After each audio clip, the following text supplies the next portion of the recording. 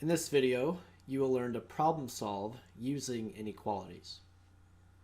Now, with any sort of word problem, there is not one particular way in which you'll always do a word problem. So in this video, I'm going to show you the thought process that you can use for any type of word problem that you encounter. So we have two examples. First example deals with a gym membership.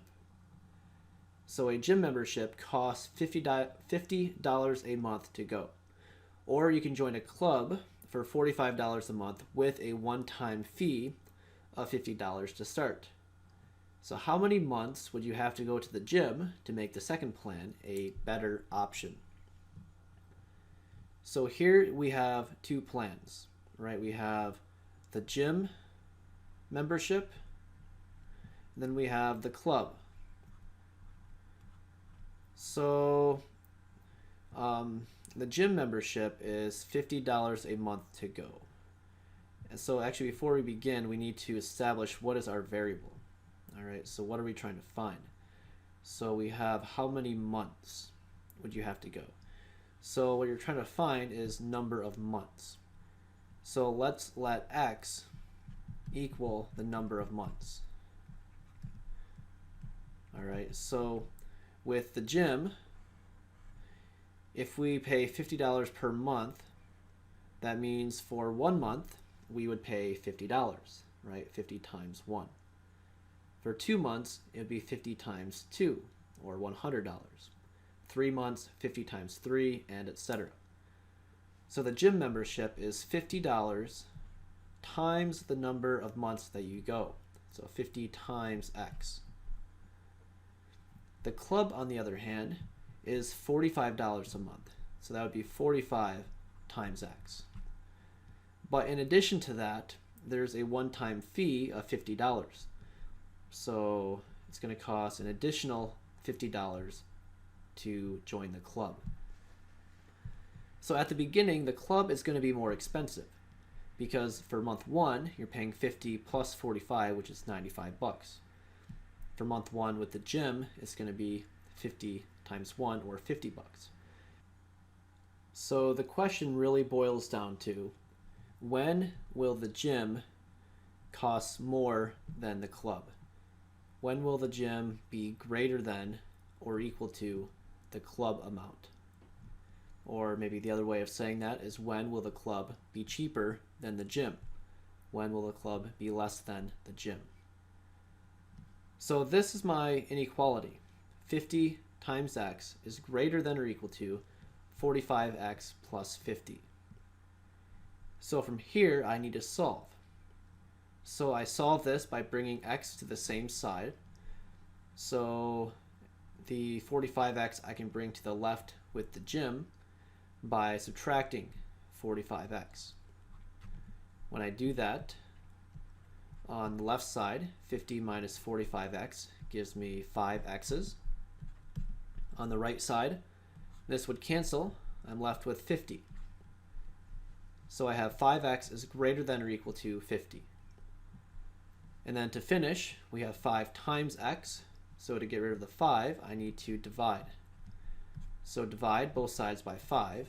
I have x on the left, and then 50 over 5, which is 10 on the right.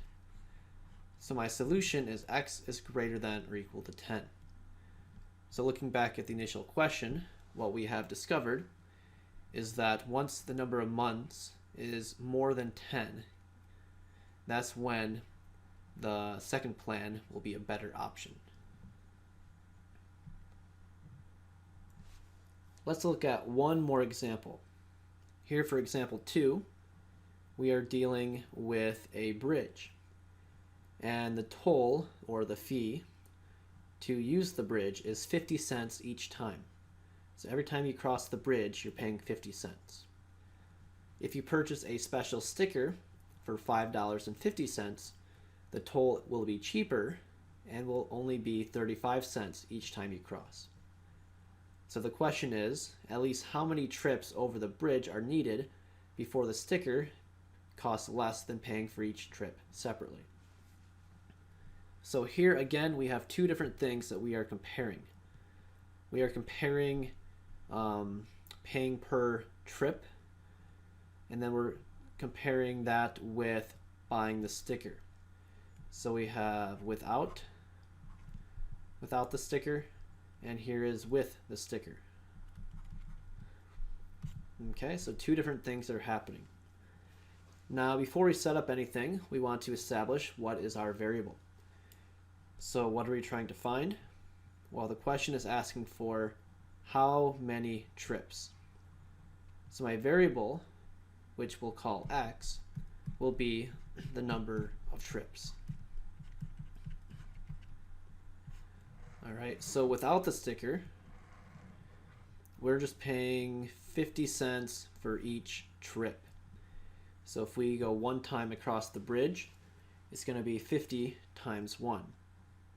If we go 2 times across the bridge, it's 50 times 2, which would be 100 cents or $1. All right, so it's going to be 50 cents times the number of trips that we cross the bridge. With the sticker, it's 35 cents times the number of times we cross the bridge. But in addition to that, we have the sticker cost of $5.50. When we write this, we've been using cents, so 50 cents, 35 cents. We need to write $5.50 all in cents.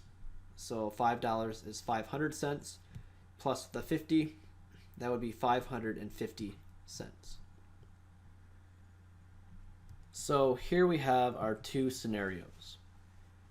And the question is boiling down to the fact that we're trying to determine when will it be more expensive to not have the sticker. So when will not having the sticker be more expensive?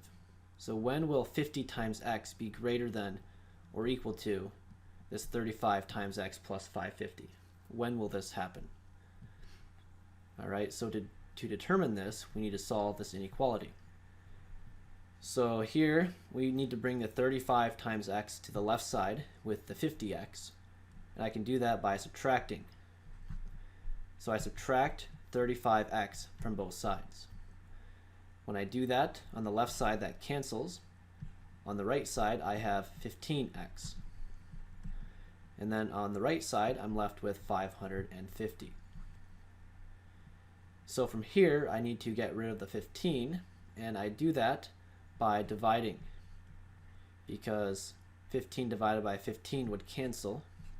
That leaves me with 1x on the right. On the left I have 550 divided by 15. If I divide 550 by 15, I would get 3 times 5 is 45. Subtract, I have 10. Bring down the 0, it's 100. And then here we have a 6, because 6 times 15 is 90. And that leaves me with a remainder of 10. So 36 with a remainder of 10, that would be 10 over 15, which would be, what, divided by 5, 2 over 3. So 36 and 2/3 is my answer over here. All right, now keep in mind what we actually just found. We were trying to find x, which was the number of trips. So we've determined that it takes more or equal to 36 and 2/3 of a trip. Well, 2/3 of a trip doesn't make sense, right? We cannot have a partial trip. So here we need to round this up, all right, because once we hit 37 trips, that is when it's going to be more expensive to not have the sticker. So once we get to 37, that is when it's more expensive not to have the sticker. So if you're going to make more than 37 trips, you would want the sticker because that would be cheaper. Example 3. Find all sets of 3 consecutive even integers whose sum is between 25 and 45. Now to begin this one, I want to start by labeling my unknowns. So notice we have 3 consecutive even integers. So that is three different numbers that are even and in a row. So for example, like 8, 10, 12, or 18, 20, 22. Things like that would be consecutive and even and integers. So if we let the first number be x, then the next number, the next even number, is 2 more than that first number. So we get x plus 2 for number 2. And the following number would be 2 more than that, which would be x plus 2, or x plus 4. All right, so we know the sum is between 25 and 45. Now, there are different ways that you can begin by setting this up. One way is you could write this as one inequality. So the sum is between 25 and 45. So we have 25 is less than, and the sum, so if we add up all of these, so x plus 2 plus x plus 4, it's got to be bigger than 25, and it's got to be smaller than 45. So this could be my setup right here. So in the middle, we can combine like terms. X plus x plus x gives me 3x. So we have 3x, and then 2 plus 4 is 6. So at this point right here, there's two different ways I could take this. I can either A, work with this compound inequality at one time and just do everything in one step, or break it up into two inequalities where I have 25 is less than 3x plus 6, and then the other one would be 3x plus 6 is less than 45. I personally find this way a little bit quicker because what I can do is get x by itself, so get rid of the plus 6 and the 3. And to do that, to get rid of the plus 6, I can subtract 6, and typically we do it from both sides, but here we have 3 different parts. So make sure you subtract from every part. So that's going to give me 19 on the left, and then 3x in the middle, then 45 minus 6 is 39 on the right. And then divide everything by 3 to get rid of the 3 with the x. So divide by 3, and now we have x in the middle, and then we have 6 and 1/3 over here. 19 over 3 is 6 and 1/3, and then on this side we have 13. So I have found the possibilities for x. X is between 6 and 1/3 and 13. Now take note that we need to have even numbers, and that they need to be integers. All right, so the number that is the next even number after 6 and 1/3 would be 8. Right, 7 is not even, but 8 would work. So x could be 8. The next even number is 10. The next one is 12. And then the next one is 14, but 14 is too big because x needs to be smaller than 13. So my possibilities for x would be 8, 10, or 12. So if x is 8, then the other two numbers would be 10 and 12. All right, that's one set of possibilities. If x is 10, so put a 10 up here for x, and the next number is 12, and the one after is 14. So that's another possibility, is 10, 12, and 14. The third possibility is if x is 12. So put a 12 in for x, we would get 12, and the second number is 12 plus 2, which is 14. The third number is 12 plus 4, which is 16. So that is my third set of possibilities. All right, we can double check by adding these numbers together. 8 plus 10 plus 12, that would give me 30. That sum is between 25 and 45. 10, 12, and 14 would give me 36. So that would also fall between 25 and 45. If I add 12, 14, and 16, I'm going to get 42, which would also fall between 25 and 45. So all of these possibilities would work. Now we have two more examples to work through. Example 4 says a rectangular picture has a width that is 5 inches less than 3 times the length. The perimeter is at least 26 inches. Find the minimum dimensions of the picture if each dimension is an integer. All right, so to begin with, we want to establish what our variables are. So we know the width is 5 inches less than 3 times the length. So the width is based off of the length. So if we let our length be our variable, we can let that be the letter L for length, then the width is 5 inches less than 3 times that. So if I do 3 times the length, then that's going to be 5 inches less than that. So 3 times the length minus 5. So the width is 3L minus 5. Now that we have that, we can establish our inequality. So it says the perimeter is at least 26 inches. Well, how do I find perimeter of a rectangle? Well, perimeter of a rectangle, we add up all the sides. That's the longer way. The shorter way is if we realize that the lengths are the same and the two widths are the same, we can just take 2 lengths plus 2 widths. So P equals 2L plus 2W.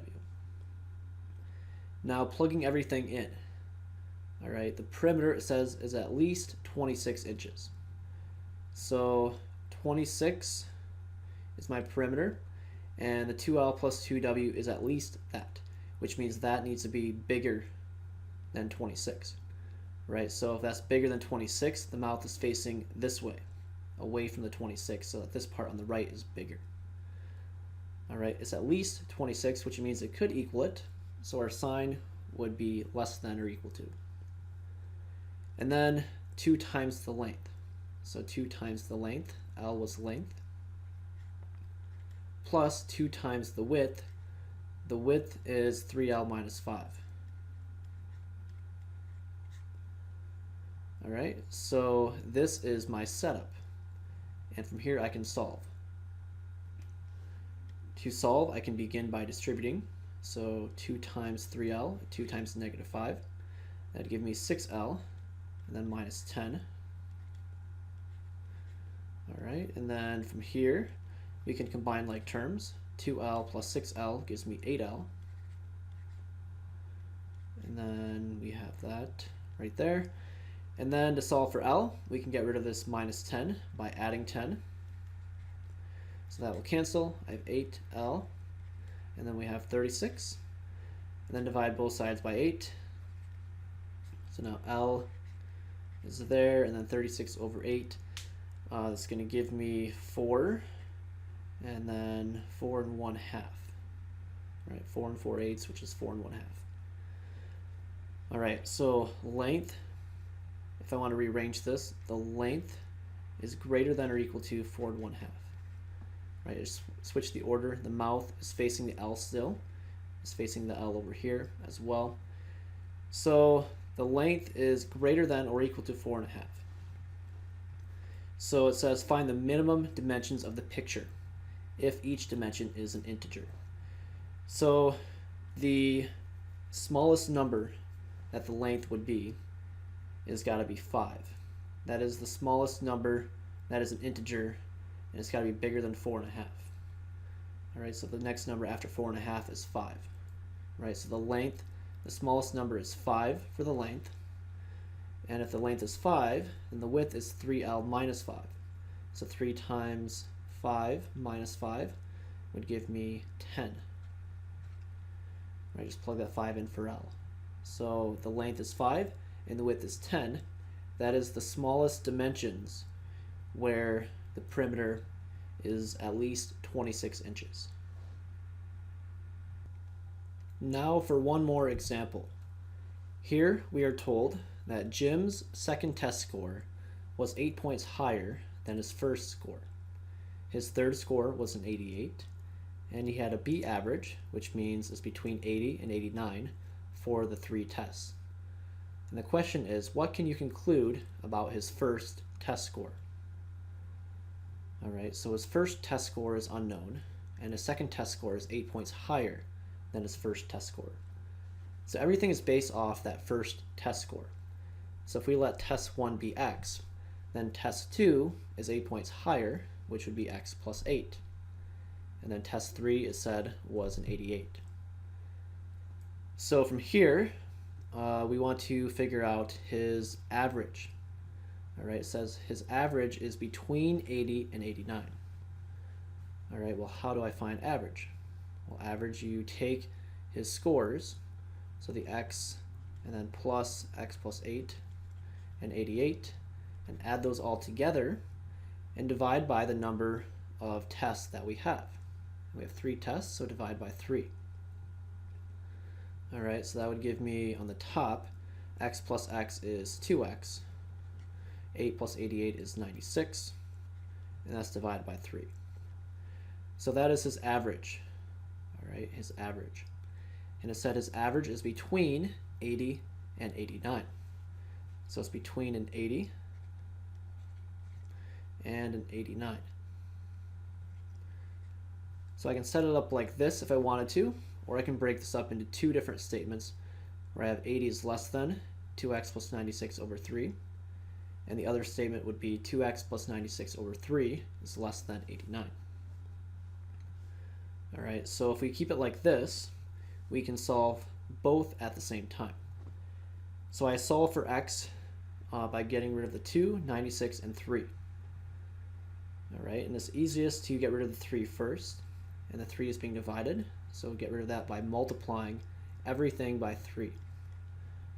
Alright, so when I do that, for the middle, the 3's will cancel out.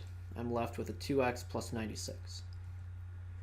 On the right side, I have 89 times 3, which would give me 267. Okay, and on this left side, 3 times 80 is 240. So the 3 is gone. I now have a 96 and a 2 to worry about. This plus 96 I can move over by subtracting 96. And when I do that, here in the middle, the 96's are gone. I'm left with a 2x in the middle. And then on the left side, 240 minus 96. That would give me 144. On the right side, 267 minus 96. That would give me 7 and 1. Alright, so 2x is between 144 and 171. I can then divide everything by 2. That's going to give me an x in the middle. 144 divided by 2 is 72. And then 171 divided by 2, that's going to give me 85.5, or 85 and a half.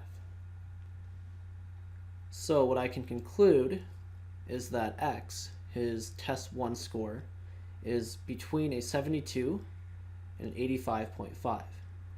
That is the only way that his average would be between 80 and 89. And that concludes our lesson for today. We will see you next time.